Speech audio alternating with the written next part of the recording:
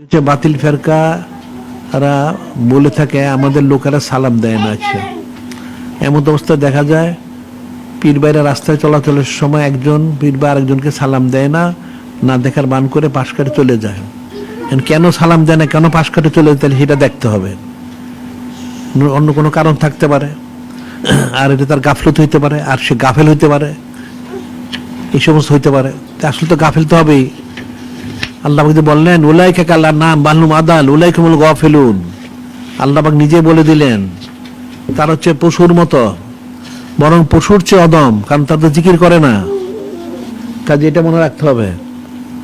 এখন এগুলি সমস্ত সমস্যার সমাধান হচ্ছে এক কথা যদি বলা হয়, তাহলে অন্তরকে ইসলাহ করতে হবে। অন্তর ইসলাহ না হলে কোনোদিন এটা হবে না। অন্তরকে ইসলাহ করতে হবে।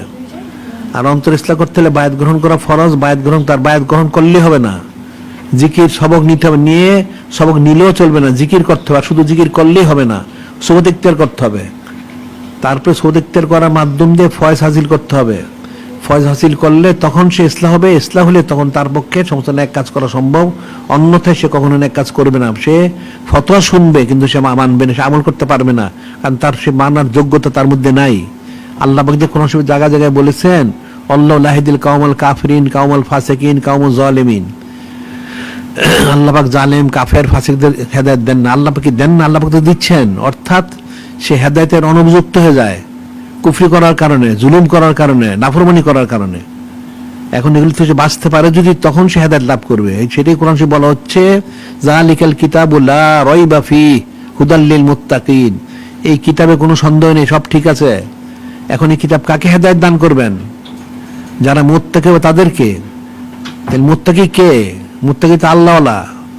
যে মুত্তাকি না হলে সে হেদায়েত লাভ করতে পারবে না। মুখরোচক কথা দিয়ে তো হবে না। এই জন্য ইমাম ফখরুদ্দিন রাজি তো বলছেন কলারা বুকজারে মর্দে হালেশো পেশে কামেলে পামালেশো গার্তু সঙ্গে খরা মরমসে চুব সাহেবদাল রাছে গাওহর সবই। কলারা বুকজারে মর্দে হালেশো, কথার চাতুর্য তো ছেড়ে দাও, জিকিরকারী হয়ে যাও।